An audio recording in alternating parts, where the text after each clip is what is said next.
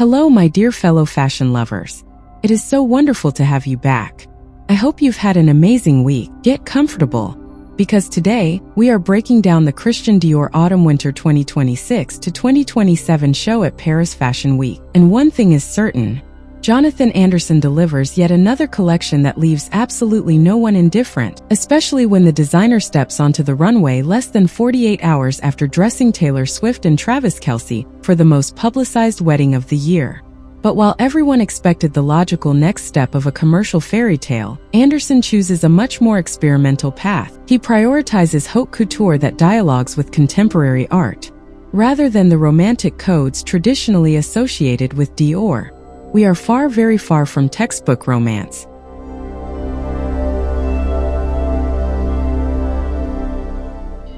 The set is bathed in an almost clinical light, accompanied by a haunting, ambient soundtrack. It immediately sets an atmosphere where all eyes are drawn to the construction of the silhouettes. The garment ceases to be a simple object of elegance. It becomes a testing ground, a space where construction takes precedence over ornament. To fully understand this show, you have to grasp Jonathan Anderson's ambitious approach.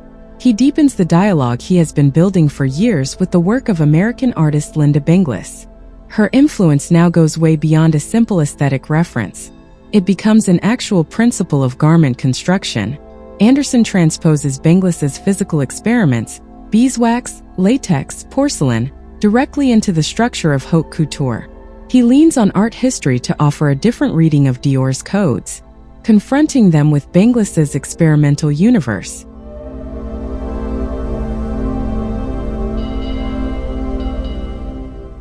On the runway, the attitude carries immense visual power.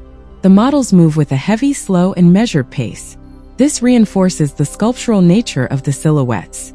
What fascinates me is how the silhouette refuses to slip into anything too relaxed or purely decorative.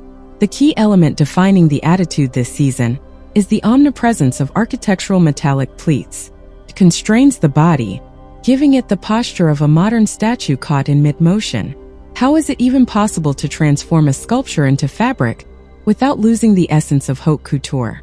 It all seems to rest on an invisible structure of remarkable complexity.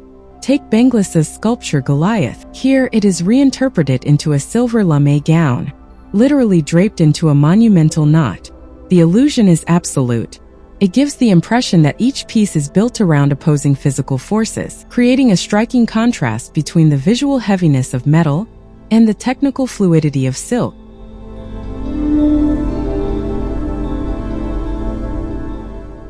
Textured grays, Dior reds, and metallic surfaces constantly answer one another. They create a play of reflections that shifts our perception of volume with every single step. We move from abstract skirts in silver mesh, layered with chiffon, to materials that catch the light in a uniquely expressive, almost blinding way. The textures occasionally evoke blooming meadows, but a nature that seems frozen in resin or wire mesh. If we stop for a moment on the micro details, the collection integrates a direct reference to Benglis's most provocative gesture, her famous 1974 advertisement for Artforum. This bold choice inspires the holographic outline of an entirely beaded look, named Mirage. When you look a little closer at the pieces, you also discover variations of the bar jacket. Notably a version in fern green tweed with raw fringes, and another in a speckled gray that evokes the static snow of a television screen, melting into a vaporer hem of white chiffon.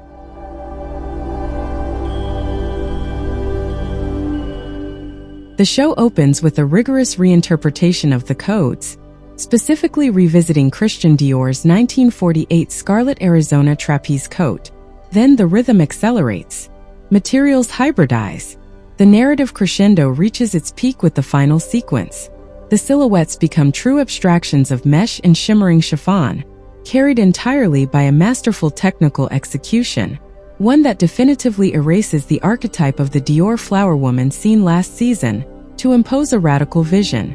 But if we step away from the fantasy of the runway for a minute, what is it actually worth outside the spotlight? Let's be honest.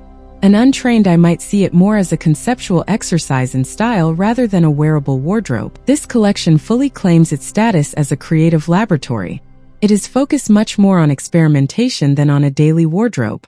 because these metallic mesh dresses and ultra-rigid holographic silhouettes seem designed for artistic expression and grand events, rather than everyday life.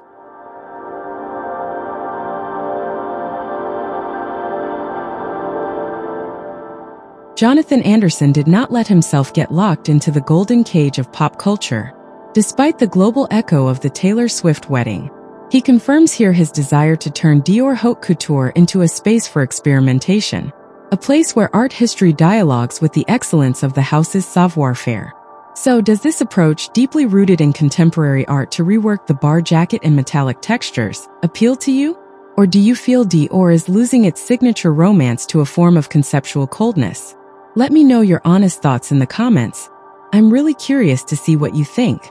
Thank you so much for sharing this analysis with me. For a bit of history, remember that Christian Dior himself actually started his career as a gallery owner before becoming a couturier. He exhibited the greatest artists of his time like Dali or Picasso. Seeing Anderson bring radical art back to the very heart of the house's creative language is not a betrayal. It is the purest return to the roots. I hope you enjoy watching the rest of the show.